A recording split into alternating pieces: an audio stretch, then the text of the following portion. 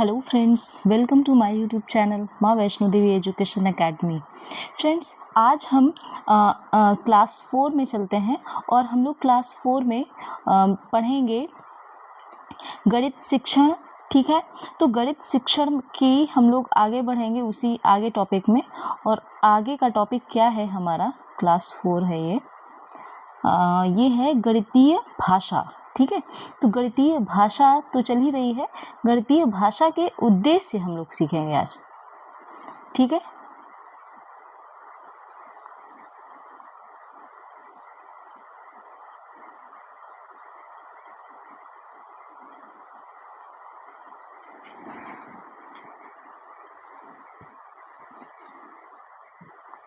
तो देखिए गणितीय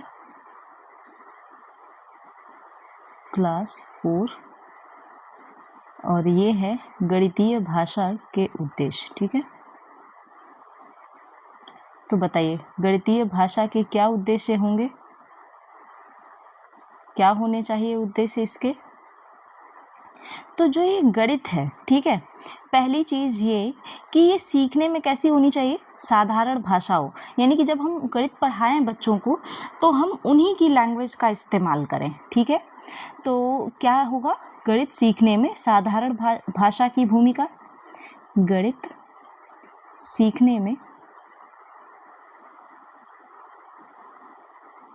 में साधारण भाषा की भूमिका।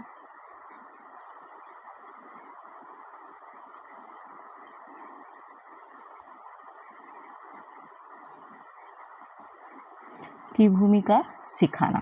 ठीक है, अगला, जैसे जो बच्चे हैं ना, उनको जो शब्द से रिलेटेड जो समस्याएं आती हैं, जैसे बच्चे कभी कभी कुछ चीज़ें समझ नहीं पाते, जैसे जोड़ है। ठीक है, तो हमें बच्चों को बताना होगा कि जोड़ का ये सिंबल होता है। ठीक है, और इसको कभी एडिशन भी, इंग्लिश में एडिशन बोल दिया जाता है, योग भी बोला जाता है हिंदी में। तो ये सारी चीज़ें आप पहले ही उनको बता देंगे ताकि जो शाब्दिक समस्याएं हैं उनसे बच्चा दूर हो जाएगा।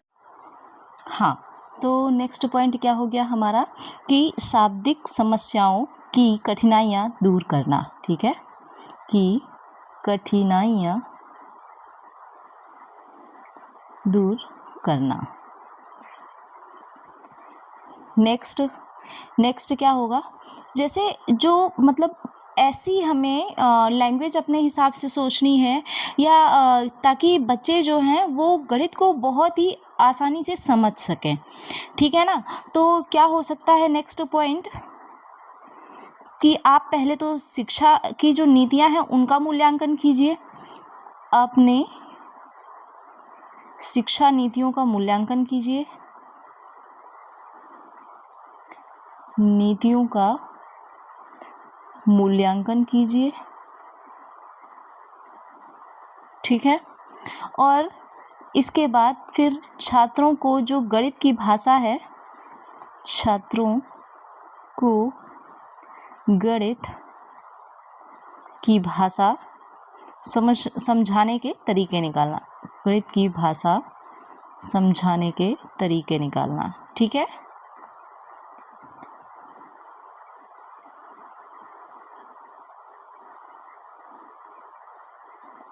ठीक है। अब देखिए इसी में एक यूपी टेट में क्वेश्चन आया हुआ था, कलर चेंज कर लेते हैं इसका। हाँ, यूपी टेट 2015 में आया हुआ था। ठीक है, क्या था कि गणित की संकल्पनाओं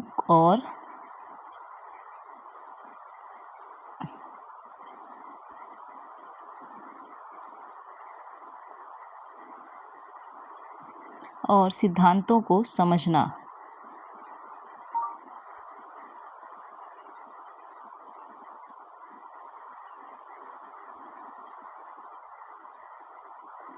ठीक है, तो सिद्धांतों को समझना, अधिगम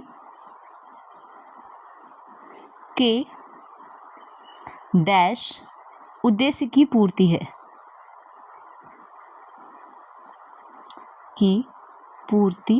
है, तो यहाँ पर क्या होगा?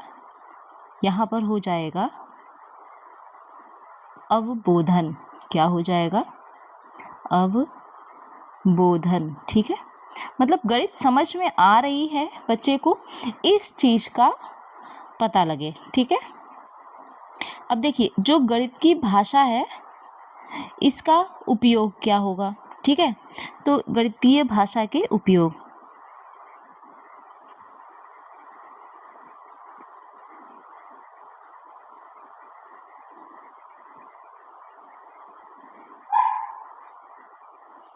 क्या उपयोग है।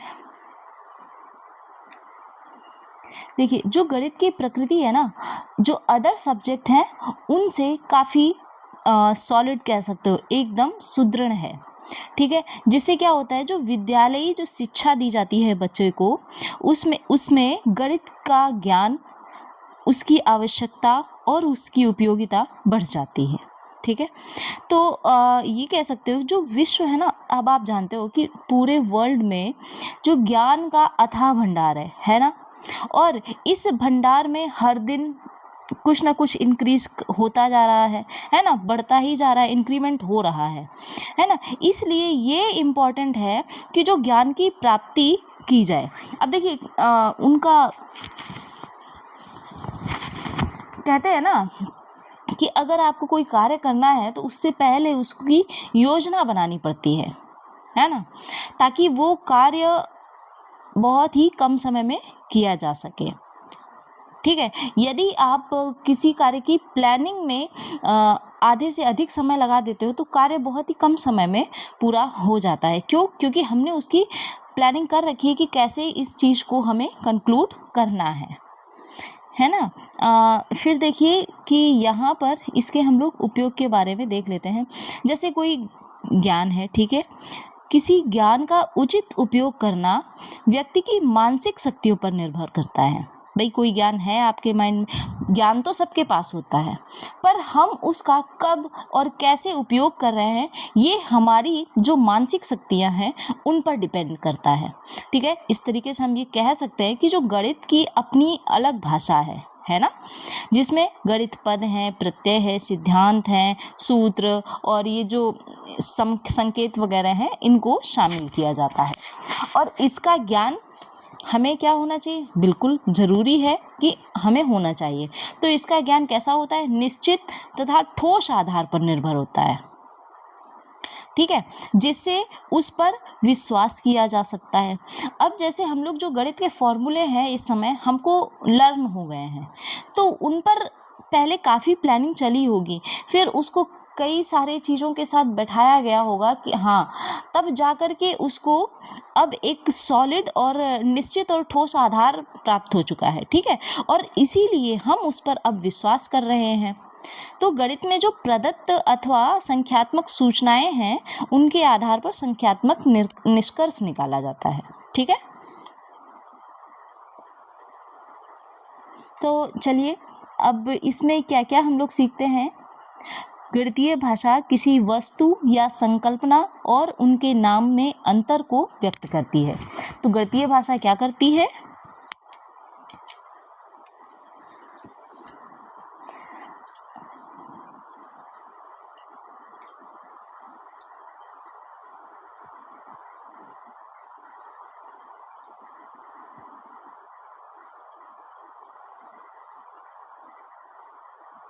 किसी वस्तु या संकल्पना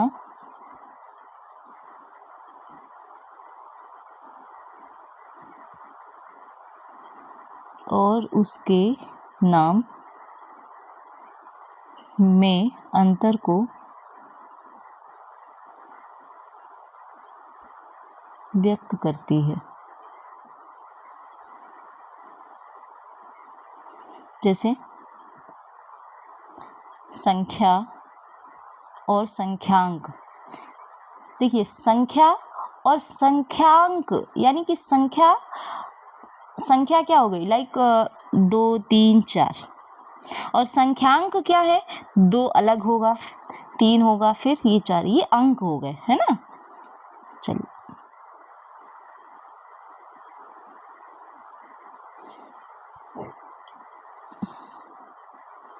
भिन्न और भिन्नात्मक संख्याएं।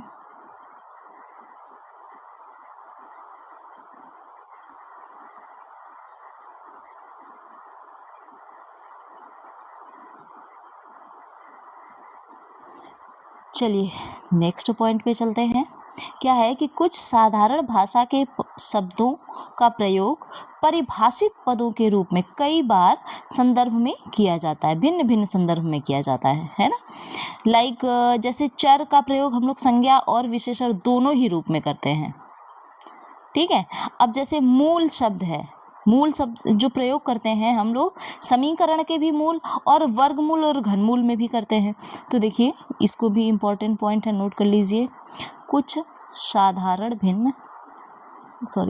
साधारण भाषा के शब्दों का प्रयोग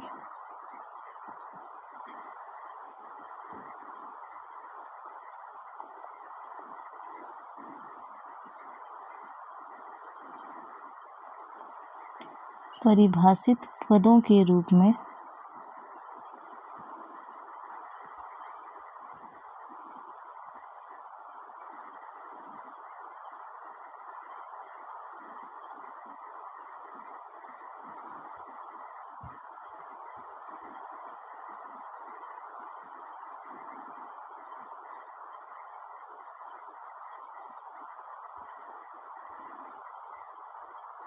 किया जाता है। एग्जाम्पल क्या हो गया, जैसे मूल, तो मूल का प्रयोग क्या करते हो, समीकरण के मूल में भी, समीकरण के मूल, फिर वर्गमूल और घनमूल सब में करते हैं ना हम लोग, ठीक। और चलिए अगला देखते हैं।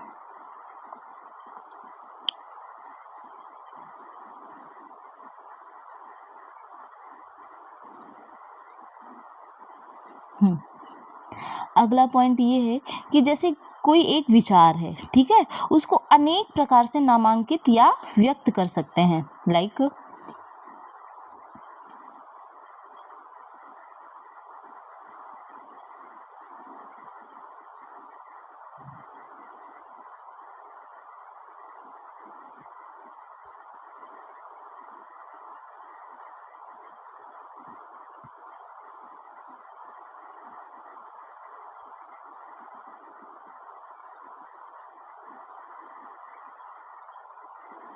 अभी हमने बताया था ना, जैसे योग है, जोड़ भी कह सकते हैं उसी को, ठीक है। तो एग्जाम्पल ले लो आप, योग हो गया है ना, योग को जोड़िए, मान लीजिए क्वेश्चन आ गया कि योग को जोड़िए, या फिर मान ज्ञात कीजिए भी कहा जा सकता है,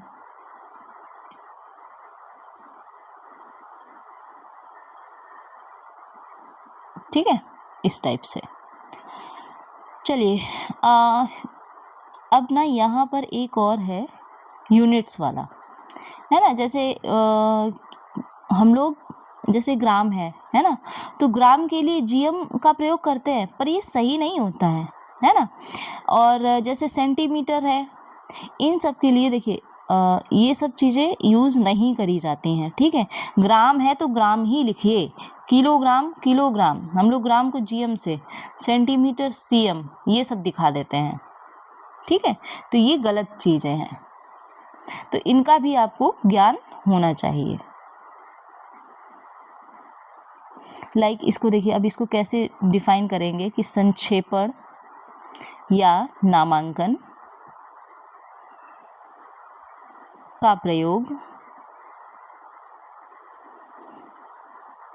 करते हैं, यह प्रमाणित चिंतन इसमें सहायता करते हैं। यहाँ पर क्या करते हैं,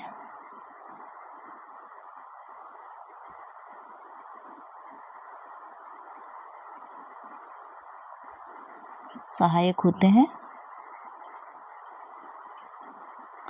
परंतु वे कभी कभी मानव रूप में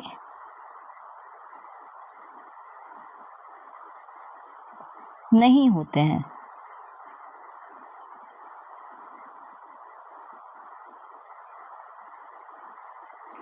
और केवल संगणना की विधि और केवल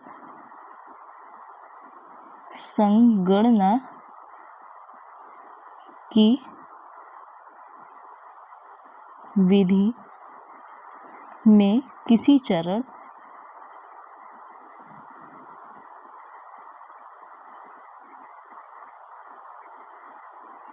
को बचाने के लिए प्रयोग किया जाता है।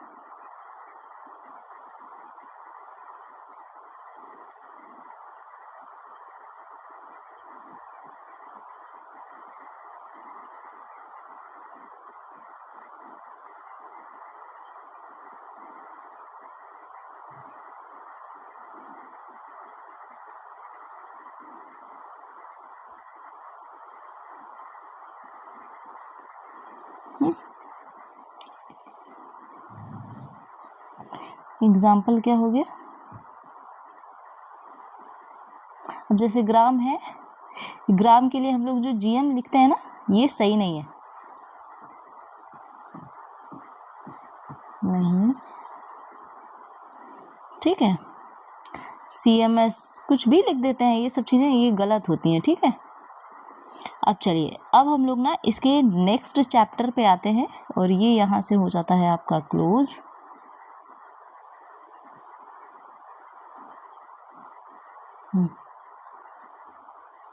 देखिए, पाठ योजना एवं शिक्षण विधियाँ, नेक्स्ट चैप्टर क्या हो गया आपका?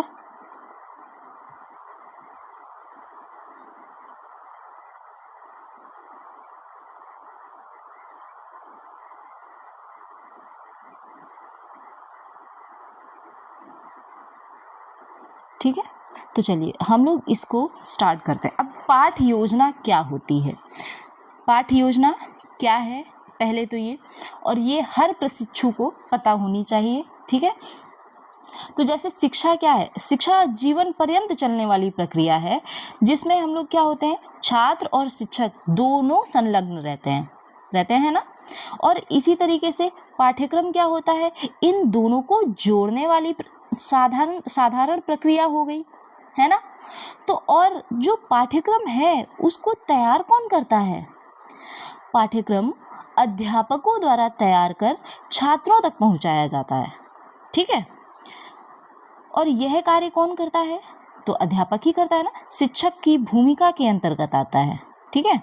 और इस छात्र क्या करते हैं, इस पाठ्यक्रम को ग्रहण कर अपने जीवन में अमल कर अपने व्यक्तित्व का निर्माण करते हैं। तो हम लोग देखते हैं कि पाठ योजना क्या हुई। तो कोई भी विषय है, जैसे कोई भी विषय है, उसे पढ़ाने के लिए जो विषय, उस विषय से संबंधित विषय वस्तु की रूपरेखा है, उसको तैयार किया जाता है। वो किस में आता है? पाठ योजना में, ठीक है। तो इसमें क्या होगा, किसी विषय को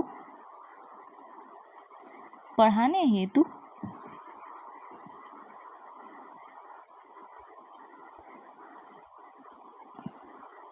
उस विषय से संबंधित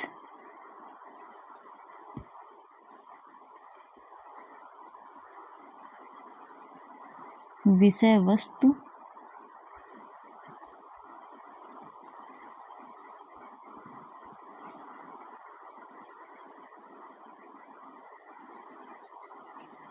वस्तु की क्या होती है? रूपरेखा तैयार करना क्या कहलाता है? पाठ योजना।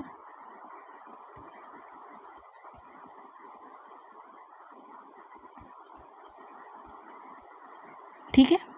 और पाठ योजना क्या होती है? शिक्षण की पहली अवस्था होती है, फर्स्ट स्टेज होती है, ठीक है।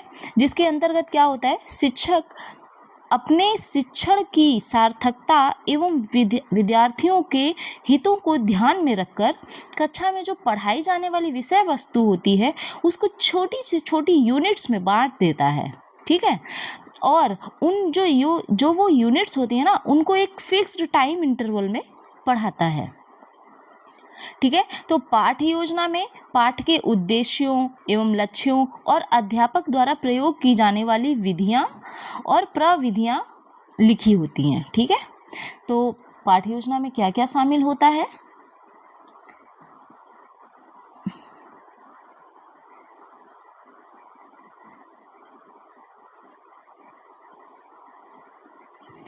तो इसमें पाठ के उद्देश्यों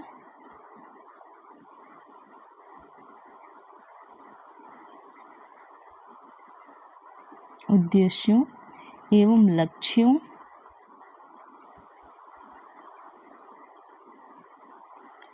और अध्यापक द्वारा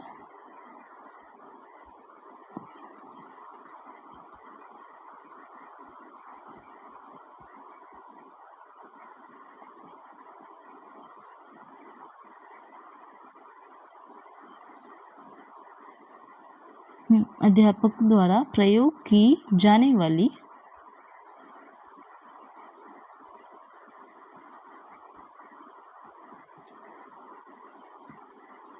विधियों और प्रविधियों का उल्लेख होता है।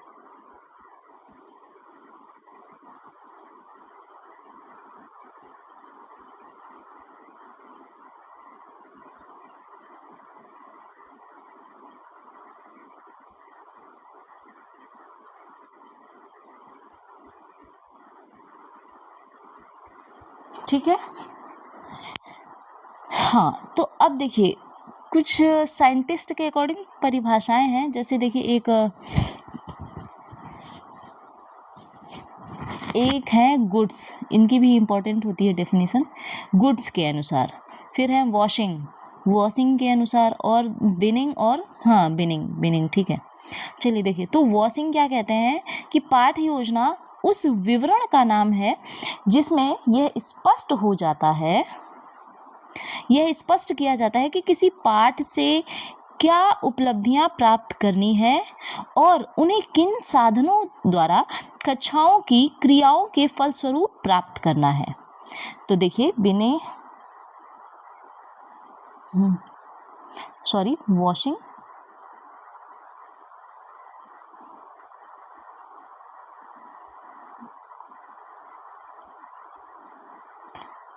पाठ योजना क्या है?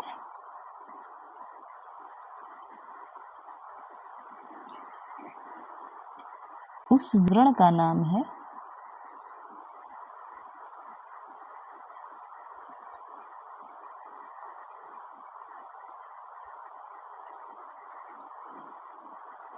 जिसमें यह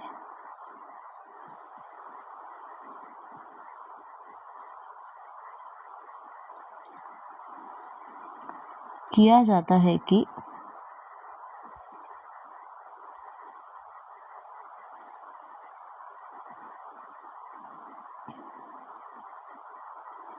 किसी पाठ से क्या उपलब्धियां प्राप्त करनी है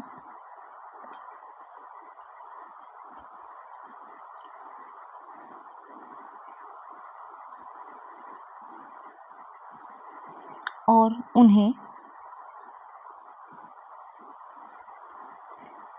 किन साधनों द्वारा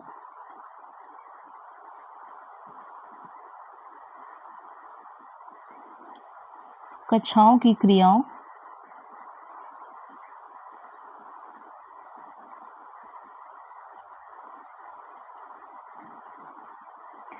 के फलस्वरूप प्राप्त करना है।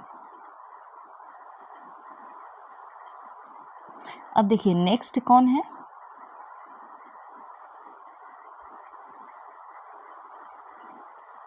गुड्स। अब गुड्स क्या कह रहे हैं कि पाठ योजना किसी पाठ की महत्वपूर्ण बातों का खाका या बाहरी रूपरेखा को क्रमवार करना है।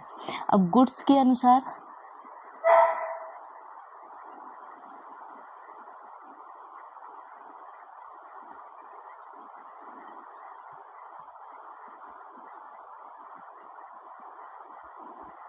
पाठ योजना क्या है?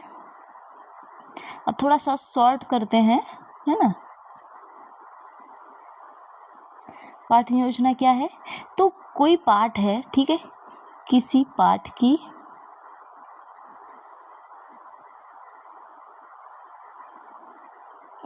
महत्वपूर्ण बातों का खाका होती है।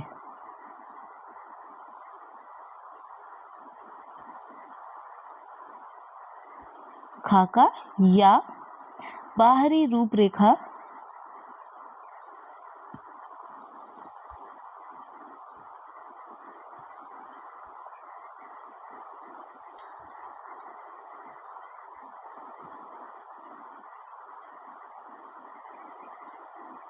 बाहरी रूपरेखा को क्या है, क्रमवार करना है, जिस क्रम में उसे प्रस्तुत किया जाना है, ताकि उसी क्रम में हम उसे क्या कर सकें, प्रस्तुत कर सकें।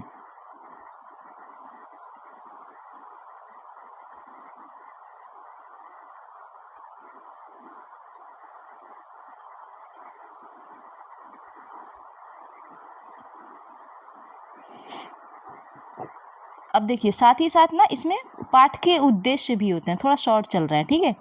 उद्देश्य होते हैं, उद्देश्य के साथ साथ शिक्षा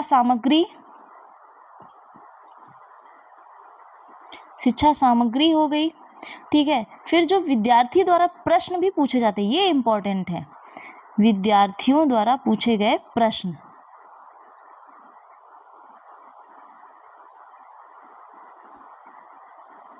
पूछे गए नहीं, पूछे जाने वाले, कि मतलब बच्चे पूछ सकते हैं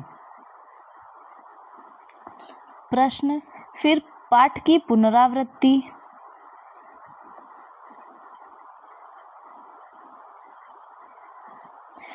तथा गृह कार्य, ये चीजें इनके उद्देश्य में शामिल हैं।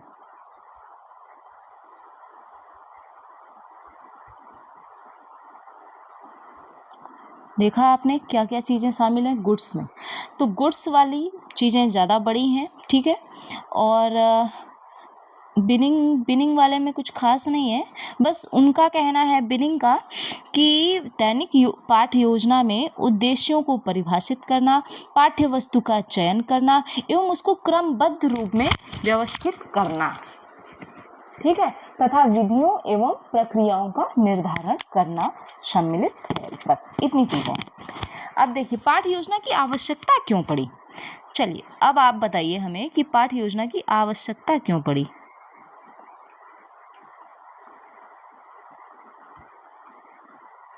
बताइए क्यों पड़ी। ताकि जो शिक्षण है वो नियोजित तरीके से हो सके, छात्रों और अध्यापकों के कार्यों का निर्धारण हो सके। ये पॉइंट्स आप नोट कर लेना, ठीक है, मैं बस बोल दे रही हूँ। फिर आवश्यक सामग्री की आवश्यकता निर्धारण गणित की दृष्टि से, मतलब कि कौन कौन सी सामग्री इस पाठ में ज़रूरी होगी, वो चीज़ भी हमें पाठ योजना से पता चलती है। कठिन विषय वस्तु को सरल करने में भी सहायक होती है। फिर से शिक्षण सहायक सामग्री के चुनाव व उपयोग में भी सहायक होती है। साथ ही साथ बच्चों में विचार, तर्क, निर्णय और कल्पना शक्ति के विकास में भूमिका निभाती है, इम्पोर्टेंट भूमिका। फिर अध्यापक में आत्मविश्वास जगाने में सहायक होती है, क्योंकि अध्यापक को ये पता चल जाता है, अरे आज मैंने जो पढ़ाया बच्चे उन प्रश्नों का उत्तर दे पा रहे हैं, इट मीन्स कि बच्चों को समझ आ गया है आज का चैप्टर, इस टाइप से, है ना। फिर देखिए अगला क्या है कि इसके द्वारा समय व शक्ति का सदुपयोग होता है, शिक्षण सामग्री के मूल्यांकन में सहायक है, ठीक है। अब देखिए इम्पोर्टेंट अगर प्रश्न देखे जाएं तो कुछ चीज़ें, अच्छा क्वेश्चंस हम लोग अलग उसमें करेंगे, ठीक है। हमारे इस चैप्टर का क्या नाम है, पाठ योजना एवं शिक्षण विधियाँ।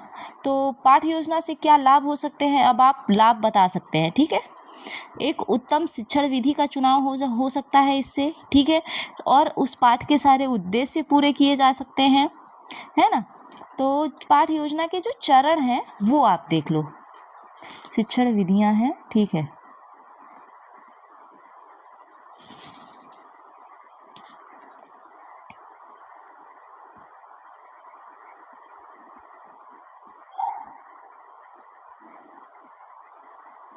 ठीक है, तो पाठ योजना के चरण क्या क्या हैं ये देखिए।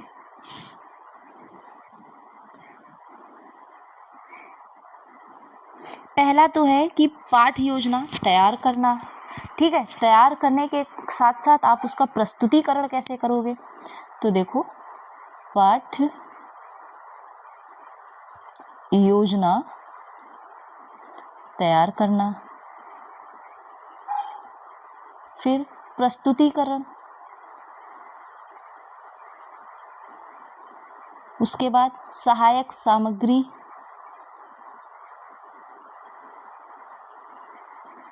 फिर आदर्श प्रश्न हो सकते हैं, फिर गृह कार्य भी तो दिया जाता है। निरीक्षण कार्य कर लीजिए।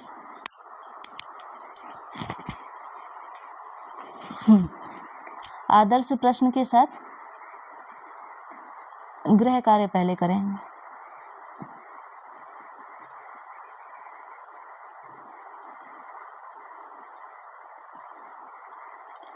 अभ्यास प्रश्न होते हैं उसमें, और इसके बाद क्या हो जाता है, निरीक्षण किया जाएगा उनका। ठीक है, निरीक्षण कार्य। तो इतने चरण हो गए, 1 2 3 4 5 6 7 चरण। ठीक है, तो इन चरणों को तो आप समझ ही रहे होंगे कि क्या है, इसमें कुछ खास नहीं होगा। ठीक है, इनको आप देख लेना।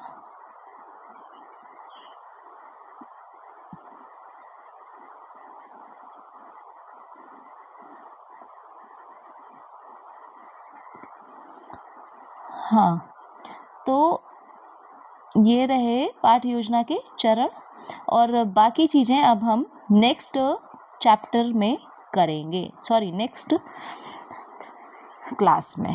ओके, तो चलिए, आज का सेशन कैसा लगा आप सभी कमेंट करके हमें ज़रूर बताइएगा।